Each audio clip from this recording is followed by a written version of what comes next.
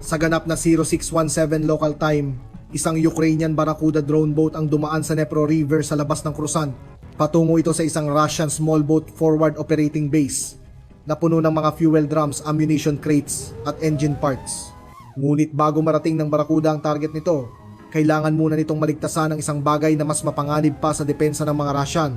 Nakalabas na ang Barracuda sa mga huling damuhan sa pampang ng Ukraine at pumasok na sa open water. Agad na itinutok ng isang Ukrainian machine gun na nakaposisyon 500 feet sa itaas ng ilog ang barel nito sa nakitang heat signature. Ang operator ng Barracuda na nasa isang hardened bunker 14 miles ang layo ay itinigil ang paggalaw sa controls. Umandar ang Barracuda gamit lamang ang momentum nito. Sa itaas, isang Ukrainian FPV quadcopter ang umiikot sa taas na 1,000 feet habang naglalabas ng coded friendly signal. Samantala, itinaas ng gunner sa ibaba ang kanyang night vision goggles para hanapin ang isang bagay na pipigil sa kanya sa pagkalabit ng trigger. 5 segundo. 7. At nakita niya ito, isang pulsing infrared strobe sa hull ng Barracuda na kumukurap sa isang pattern ng mga Ukrainian forces lamang ang nakakaalam. Sandaling huminto ang lahat habang nagmamasid ang Ukrainian gunner gamit ang kanyang night vision goggles. Anumang maling kalkulasyon ay magtatapos sa misyon bago pa man ito magsimula. Mabuti na lamang at nakinig siya sa pre-watch turnover brief at ibinaba ang kanyang armas. Katatapos lang maligtasan ng Barracuda ang unang banta nito at ang problemang ito ay mas madalas mangyari kaysa sa iniisip nyo. Kung titingnan mo ang Barracuda mismo, maiintindihan mo kung bakit madali itong mapagkamalang vessel ng kalaban. Ang hull nito ay 18 feet ng fiberglass composite, sapat ang gaan para tumakbo ng mabilis at sapat ang tibay para masalo ang mga small arms impacts nang hindi tuluyang nasisira. Nakalutang ito ng 16 inches lamang sa itaas ng waterline sa isang modified deep V hull na humahati sa mga alon ng ilog habang pinapanatiling minimum ang radar cross-section. Ang propulsion system nito ay isang single Deliam but brushless electric motor na pinapatakbo ng lithium batteries na may 4-hour endurance sa patrol speed. Sa bilis na 8 knots, halos walang tunog ang motor. Hindi mo ito maririnig hanggat hindi ito umaabot sa layong 200 feet sa full sprint. Ang parehong motor ay kayang itulak ang bangka hanggang 38 knots. Sapat ang bilis nito para matakasan ang anumang manned vessel na mayroon ng mga Russian sa Dnepro. Sa bow nito ay matatagpuan ang isang 35 kg shaped charge warhead.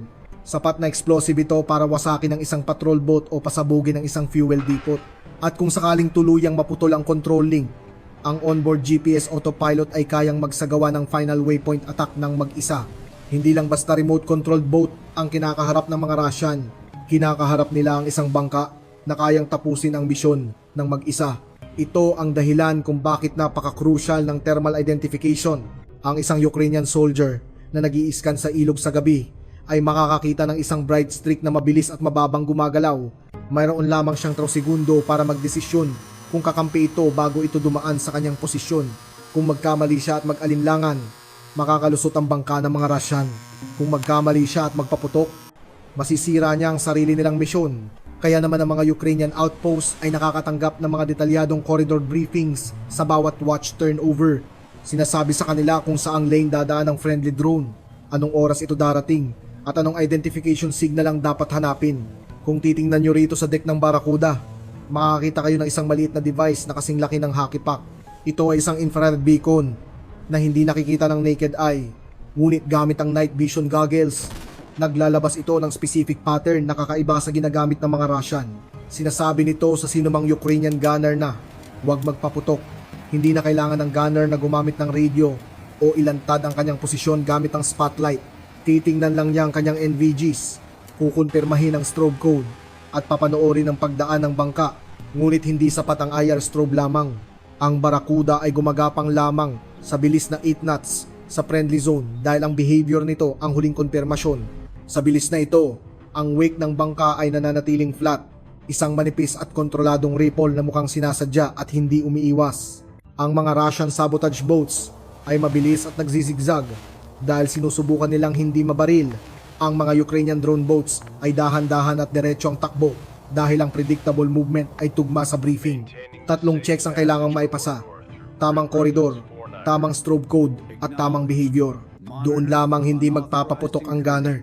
Nalagpasan na ng Barracuda ang huling checkpoint at pumasok sa transition channel lampas sa mga huling Ukrainian positions. Ngunit habang ang mga Ukrainian gunners ay kayang pigilin ang putok, ang isa pang Ukrainian system ay hindi. Binilisan ng Barracuda ang takbo sa 4 knots. Habang pumapasok sa Mid-River Channel, ang FPV drone ay umakyat sa 1,300 feet para palawakin ang pananaw nito. Biglang nag-flicker ang video feed sa screen ng operator. Isang frame ang huminto, nag-stutter, at pagkatapos ay tumalon pasulong. May nanghimasok sa signal, ngunit hindi ito galing sa panig ng mga Russian. Gabi-gabi, binobomba ng mga Ukrainian electronic warfare units ang river corridor ng Radio Noise. Dinisenyo ito para i-disable ang mga Russian drones bago pa sila makarating sa friendly positions. Hindi pinipili ng jamming kung enemy signal ba ito o friendly signal dahil ang frontline ay punong-puno ng mga drones. Walang panig ang sumusubok na magkaroon ng electromagnetic corridors. Maaari itong mahanap ng isang enemy drone nang hindi sinasadya at bigla na lang magkakaroon ka na ng daan-daang drone sa harap mo. Ito ang dahilan kung bakit binabaha ng magkabilang panig ang airwaves at hinahayaan na lang ang mga operators na ayusin ang gulo pagkatapos. Lumilikha ito ng seryosong problema para sa Barracuda dahil ang drone boat ay hindi nakakatanggap ng commands ng direkta mula sa bunker ng operator. Masyadong malayo ang distansya at masyadong maraming sagabal sa terrain. Ang radio signals ay tumatakbo sa mga straight lines. Ngunit ang Dnepro Riverbank ay puno ng mga reeds, sandbars at flooded forest na humaharang at umaabsorba ng transmissions. Ang direktang signal mula sa bunker ay mawawala sa loob lamang ng 3 miles.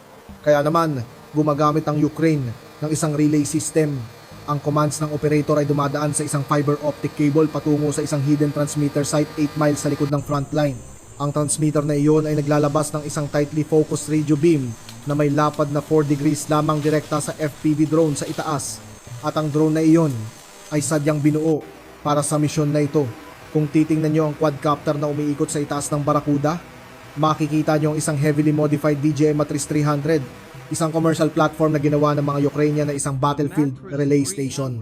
Ang stock version nito ay may dalang cameras at sensors para sa industrial inspection. Ang version na ito ay may dalang 15 watt signal repeater, isang directional antenna array, at isang thermal imager na may refresh rate na 60 frames per second. Ang original na 55-minute flight time ng Matrice ay nabawasan sa 38 minutes dahil sa bigat ng payload. Ngunit sapat pa rin itong endurance para i-escort ang misyon ng Barracuda mula launch hanggang impact. Gumagana ang drone sa taas na 1,000 hanggang 2,000 feet. Sapat ang taas nito para mapanatili ang line of sight sa ground transmitter at sa bangka. At sapat ang baba nito para manatili sa ilalim ng Russian long-range air defense radar. Ang relay system nito ay nakakatanggap ng command sa 5.8 GHz band mula sa ground station. Pagkatapos ay muli itong ibinobroadcast pababa sa 2.4 GHz patungo sa Barracuda sa malapit na distansya. 2 frequencies, 2 transmission paths. Kaya ang pag-jump sa isa ay hindi automatikong puputol sa kabuuan. Ngunit ang chain ay kasing tibay lamang ng pinakamahina nitong link. Sa oras na ito, ang mahinang link ay ang Barracuda mismo. Ang antena ng drone boat ay nakapwesto lamang ng 10 inches sa itaas ng waterline. Ito ang pinakamalalang posisyon para sa radio reception. Ang tubig ay nagre-reflect ng signals at ang mga reeds naman ay umaabsorba nito. Ang ibabaw ng ilog ay ginugulo ang transmissions at ginagawa itong overlapping echoes na nakakalito sa receiver. Kapag nagdagdag pa ang Ukrainian jamming ng ingay, hindi na mahiwalay ng antena ang commands mula sa interference. Nakita ng operator ang kanyang feed na naging blocky pixels. Ang latency o ang delay sa pagitan ng paggalaw ng joystick at pagtugon ng bangka ay tumalon mula sa 1/10 ng 1 segundo patungo sa halos kalahating segundo. Sa kalahating segundong delay, hindi na kontrolado ng operator ang bangka sa real time. Nanghuhula na lang siya kung nasaan ito kanina at umaasang aabot ang kanyang inputs. Lumihis ang Barracuda ng 4 degrees sa kurso nito. Mabilis na nag-react ang FPV pilot. Umakyat siya ng dagdag na 200 feet at gumalaw ng 200 feet pa itaas sa silangan. Inilayo niya ang relay path mula sa pinakamalalang jamming interference at muling ini-align sa transmitter beam. At lumusot ang signal. Bumalik ang latency sa 1/10 ng 1 segundo. Naging malinaw muli ang video feed. Inayos ng operator ang kurso gamit ang 2 mabilis na rudder taps. Nalampasan na nila ang friendly jamming. Ang relay chain ay nanatiling buo. Ngunit sa unahan ay naghihintay ang wetland labyrinth, flooded forests, nakalubog na debris unmarked sandbars, at sa gitna ng dilim, nagmamasid na ang mga mata ng mga Russian. Pumasok ang Barracuda sa flooded forest at nagdilim ang paligid. Ang mga pader ng raids ay may taas na 15 feet sa magkabilang panig na humaharang sa anumang liwanag. Naging walang silbi ang nose camera. Inilipat ng operator ang kanyang focus sa overhead feed. Ang thermal view ng FPV ay nakatingin ng direkta sa bangka habang dumadaan sa maze ng mga halaman, sandbars at mga nakalubog na debris. Dito napatunayan ng thermal imager ng matris ang halaga nito sa misyon. Sa resolusyon na 640 by 512, kayang makilala ng sensor ang isang nakalubog na troso mula sa isang sandbar sa pamamagitan lamang ng temperature differential. Ang basang kahoy ay mas matagal uminit kaysa sa putik ng ilog. Ang 60 Hz refresh rate ay nangangahulugang nakikita ng FPV pilot ang mga obstacle sa real time. Hindi ito katulad ng mga murang sensor na parang slideshow ang delayed na imahe. Sa ganito kasikip na daanan, ang kalahating segundo ay ang pagkakaiba ng paglusot sa awang o pagbangga sa mga debris. Ang electric motor ng Barracuda ay itinulak ito pasulong sa side nuts. Ang hole nito ay dumulas sa mga reed clusters na parang ahas na dumadaan sa matatayog na damo. Sa ganitong bilis, sapat lang ang takbo ng bangka para makapagmaneobra, ngunit sapat din ang bagal para huminto bago tumama sa anumang makikita ng FPV sa huling sandali. Ang bilis ay kalaban sa loob ng flooded forest. Ang isang nakalubog na troso sa bilis na 20 knots ay maaaring tumaob sa bangka o bumasag sa propeller shaft. Ang isang sandbar sa bilis na 20 knots ay magbabaon sa hull sa putik at magtatapos sa misyon. Ginalaw ng operator ang rudder. Sa thermal feed, isang malabong puting hugis ang dumaan sa port side ng Barracuda. Isang kinakalawang na barge hull na kalahating nakalubog at hindi nakikita mula sa water level. Kung nanatili ang bangka sa orihinal nitong direksyon, malamang na sumabit ito sa wreck at nasira ang fiberglass. Lalong sumikip ang channel. Dumidikit na ang mga reeds hanggang sa ang daanan ay halos 10 feet na lang ang lapad. Ang wake ng Barracuda ay tumatama na sa mga halaman sa magkabilang panig. Sa loob ng 200 feet, pinigilan ng operator ang kanyang hininga habang ang FPV pilot ay nagbibigay ng maikling utos. Kaliwa, steady. Kanan, steady. Nang bumukas sa mga reeds, lumabas ang Barracuda sa isang mas malawak na channel na may daloy ng tubig mas malalim at may mas malinaw na paningin. Ngunit ang sitwasyon ay nagbago sa pinakamalalang paraan. Sa loob ng flooded forest, ang kilinin ng foot reed walls ay humaharang sa paningin ng lahat, kabilang ang mga Russian observation drones. Ngunit dito sa labas, ang channel ay may lapad na 300 feet na may mababang halaman sa magkabilang pampang. Ang heat bloom ng bangka ay makikita na ngayon mula sa layong kalahating milya sa anumang direksyon. Unang nakita ng FPV pilot ang isang malabong puting tuldok na gumagalaw sa thermal display, 2,000 feet sa hilagang silangan. Pagkatapos ay isa pa na umiikot sa itaas ng pampang ng mga Russian. Hindi sila nag-iisa sa bahaging ito ng ilog at nagsimula na ang paghahanap ng mga Russian. Sa thermal display, ang puting tuldok ay hindi na umiikot. Pababa na ito. Isang Russian FPV attack drone ang bumubulusok mula sa 600 feet at bumibilis direkta sa posisyon ng Barracuda. Sa bilis na 70 mile per hour ng isang FPV attack, mayroon lamang 8 segundo ang operator bago maabot ng drone ng bangka. Bawasan ng throttle, utos ng pilot. Umanod sa mga rates ngayon, agad na pinutol ng operator ang power. Ang momentum ng Barracuda ay nagdala rito sa isang makapal na reed cluster sa kanang pampang. Habang lumalamig ang thermal signature nito dahil patay ang motor, dumulas ang bangka sa mga halaman at huminto. Nakatago ang hull nito sa ilalim ng mga nakalaylay na tangkay. Sa thermal view, ang Barracuda ay naging isa na lang sa mga maraming mainit na hugis sa gitna ng mga debris at mudbanks. Ang Russian FPV ay dumaan sa itaas, sa taas na 50 feet. Hinahanap ang target na nakita nito kanina. Umiikot ito ng 2 beses bago bumalik sa patrol altitude nito. Dahil walang malinaw na lock, hindi sasayangin ng Russian pilot ang kanyang drone sa isang hula lang. Ngunit ang pangalawang Russian FPV ay muling nagpoposisyon at ang isang ito ay alam kung saan titingin. Ginamit ng operator ang kanyang radio, relay to Bukavel, grid reference 47 Quebec Mike Delta, bearing 045, 2 hostile FPVs, request immediate suppression. 14 na milya sa likod ng frontline, isang Bukavel AD electronic warfare vehicle ang kasalukuyan ng ninatrack ang activity ng mga Russian drones. Kung titingnan nyo ang vehicle, makikita nyo ang isang modified tactical truck na may multiple antenna panels sa isang rotating turret. Ang mga panels na ito ay phased array emitters na kayang i-focus ang jamming energy sa isang 30-degree cone sa specific threat sectors. Gumagana ang Bukavel mula 400 MHz hanggang 6 GHz, sapat para sakupin ang bawat control link na ginagamit ng Russian FPV drones. Kabilang dito ang 900 MHz, 1.2 GHz at 2.4 GHz bands na standard para sa commercial platforms. Sa full power, kayang putulin ng system ang control link ng drone mula sa layong 10 kilometro. Ngunit ang nagpapadelikado sa Bukavel ay ang precision nito. Ang mga lumang jammers ay binabaha ang buong spectrum ng ingay na nakakabulag din sa sariling drones. Ngunit ang Bukavel ay gumagamit ng digital RF analysis para kilalanin ang hostile signal characteristics. Pagkatapos ay gagawa ito ng targeted interference na aatake lamang sa specific frequencies na iyon. Kayang isuppress ng system ang mga Russian drones habang hinahayaang gumana ang mga Ukrainian relay links basta't gumagamit ang mga operators ng ibang frequency bands. At ngayong gabi, iyon ang kanilang ginagawa. Ang turret ng Bukavel ay lumingon sa bearing 045. Ang mga antenna panels ay naka-align na.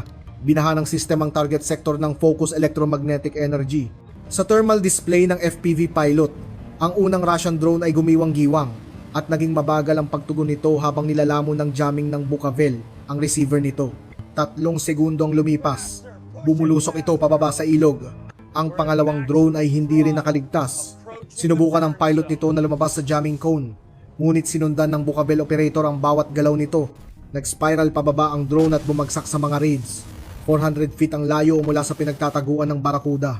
Naghihintay ang operator ng 10 segundo habang pinapanood ang thermal feed para sa iba pang contacts. Walang gumagalaw. Muling itinaas ng operator ang throttle. Lumabas ang Barracuda sa mga reeds at bumilis patungo sa huling daanan. Sa layong 1,000 feet sa open water ay ang target. Isang grupo ng mga Russian outboard boats, mga fuel drums na nakatambak sa mga wooden pallets, at mga makeshift supply shelters na kulay puti sa init sa thermal view. Magsisimula na ang huling sprint. Ngunit sa sandaling pumasok ang Barracuda sa open water, gumanti ang mga Russian gamit ang sarili nilang electronic warfare. At sa pagkakataong ito, ang relay link mismo ang kanilang tinatarget. Nasira ang video feed. Kanina lang ay malinaw ang thermal picture ng target. Ngunit ngayon ay naging magulo na itong pixelated blocks at frozen frames. Ang latency ay tumalon mula sa 1/10 ng 1 segundo patungo sa halos kalahati. Ang throttle commands ay nagpatong-patong imbes na sumunod agad. Ang direksyon ng Barracuda ay lumihis ng 5 degrees pakanan patungo sa reed bank at hindi ito maayos ng operator ng mabilis. Ito ay Russian jamming. Isang vehicle-mounted SILAC 01 electronic warfare system sa kaliwang pampang ang biglang gumana. Binabaha nito ang river corridor ng radio interference. Ang SILAC ay hindi sadyang ginawa para itigil ang drone boats. Dinisenyo ito para itigil ang mga Ukrainian FPV attack drones at bulagin ang mga artillery spotters. Ngunit sa water level, mas matindi ang tama ng interference sa mga surface vessels. Ang problema ay ang geometry. Ang antena ng Barracuda ay nasa 10 inches lamang sa itaas ng waterline. Ang pinakamalalang posisyon para makatanggap ng signal habang may jamming. Ang radio waves mula sa FPV relay ay tumatalbog sa tubig at nalulunod sa ingay ng mga Russian. Ang FPV drone sa itaas ay malinaw pa ring nakakatanggap ng commands mula sa bunker dahil ito ay nasa mataas na posisyon. Ngunit ang koneksyon mula sa FPV pababa sa Barracuda ay tuluyan ng bumabagsak. Naintindihan ng operator ang nangyayari. Ang relay chain na nagpapanatili sa buhay ng Barracuda bunker, transmitter, FPV at bangka ay pinuputol sa huling link nito. Naririnig pa rin ng drone ng mga utos, ngunit ang bangka ay hindi na. Hindi na naghintay ng instructions ang FPV pilot. Mabilis siyang umakyat mula 1,300 feet patungo sa 1,600 feet at lumipat pa ng 200 feet sa silangan. Ang mga Russian jammers ay naglalabas ng interference ng pahalang, nakatutok sa altitude kung saan karaniwang lumilipad ang mga Ukrainian drones.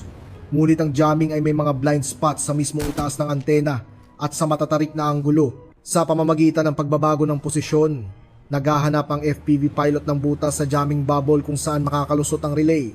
Sa loob ng 8 segundo, bulag na nagmamaniobra ang Barracuda. Walang nose camera ang operator, walang reliable telemetry, at walang ideya kung umaabot ba ang kanyang utos sa bangka. Lumipat siya sa overhead thermal view ng FPV at nagmaniobra sa pamamagitan lamang ng pagmamasid sa puting hugis ng Barracuda sa screen. Ang bawat rudder command ay isang hula. Ang bawat throttle adjustment ay isang dasal. Pagkatapos nahanap ng FPV ang malinis na lane, Sa taas na 1,800 feet at 250 feet sa silangan, nakalusot ang relay path sa jamming. Bumalik ang latency sa isang tenth ng isang segundo. Naging malinaw muli ang video feed. Nakuha muli ng operator ang full control at inayos ang direksyon ng Barracuda gamit ang tatlong mabilis na radar pulses. Nasa likuran na nila ang jamming zone. Ang target ay 700 feet na lang sa unahan. Wala nang nakaharang sa pagitan ng Barracuda at ng Russian Logistics Hub kundi ang open water. Nagsimula ng sprint. Itinodo ng operator ang throttle ng Barracuda. Umingay ang electric motor at tumakbo ang bangka sa bilis na 38 knots. Mas mabilis kaysa sa reaksyon ng sinumang Russian soldier. Sa thermal feed ng FPV, ang wake ng Barracuda ay naging matingkad na puti habang bumibilis ito patungo sa target. Nakita ito ng mga Russian. Sa pampang, nagtakbuhan ang mga tao sa iba't ibang direksyon. Ang iba ay nagtatago, habang ang iba ay kumuha ng kanilang mga rifles. Ngunit wala na itong silbi. Sa bilis na 38 knots, tinatahak ng Barracuda ang 100 feet sa bawat 1.6 segundo. Nang itaas ng unang sundalo ang kanyang armas, ang bangka ay nasa loob na ng 400 feet. Nang may makapag-target, nasa loob na ito ng 200 feet. Ikinandado ng operator ang radar sa gitna ng grupo ng mga bangka. Binilang ng FPV pilot ang huling distansya. 300 feet, 200, 100. Sa layong 40 feet, ang nose camera feed ay naging purong liwanag dahil sa lapit ng mga fuel drums. Binitawan na ng operator ang controls. Wala na siyang kailangang gawin pa. Ang warhead ng Barracuda ay isang shape explosive charge na dinisenyo para wasakin ang mga tin wall targets. Tumama ito sa mga aluminum boat holes, steel fuel drums, at mga wooden supply crates. Sa impact, sumabog ang charge palabas at pababa na ginawa ang drone boat na isang pressure wave na tumama sa lahat ng bagay sa loob ng 50 feet. Ang unang Russian outboard boat ay tumalsik pa itaas mula sa tubig. Nawasak ang hull nito bago pa man ito bumagsak muli. Isang tumpok na mga fuel drums ang sumabog at nagliyab pagkatapos ng isang tenth ng isang segundo na nagpadala ng pilar ng apoy na may taas na 60 feet. Ang blast wave ay gumulong patungo sa bay na nagpabagsak sa dalawang supply shelters at nagkalat ng ammunition crate sa mga reeds. Ang pangalawang bangka na nakatali pa sa makeshift wooden dock ay nagkadurog-durog sa fiberglass splinters at nagtalsikang engine parts. Ang FPV drone ay nayanig pa itaas nang tamaan ng pressure wave sa taas na 1,800 feet, ngunit agad din itong naging stable. Patuloy ang pag-record ng camera nito. May mga secondary explosions na naganap sa loob ng 15 segundo. Nagliyab ang mga natapong gasolina. Sumasabog ang mga bala. At may isang mabigat na bagay ang sumabog sa loob ng isa sa mga collapsed shelters. Ang nasusunog na wreckage ay kumalat sa mababaw na tubig at naging isang malaking apoy ang buong bay. Nagsitakas ang mga Russian personnel papunta sa loob. Iniiwan ang lahat ng bagay na hindi pa nawawasak. Nang magsimulang mawala ang usok, wala na ang logistics hub. Ang small boat staging area na naging basihan ng Russian raiding operations sa loob ng maraming buwan ay isa na lamang ngayong nasusunog na metal at nadurog na kahoy. Hanggang sa muli.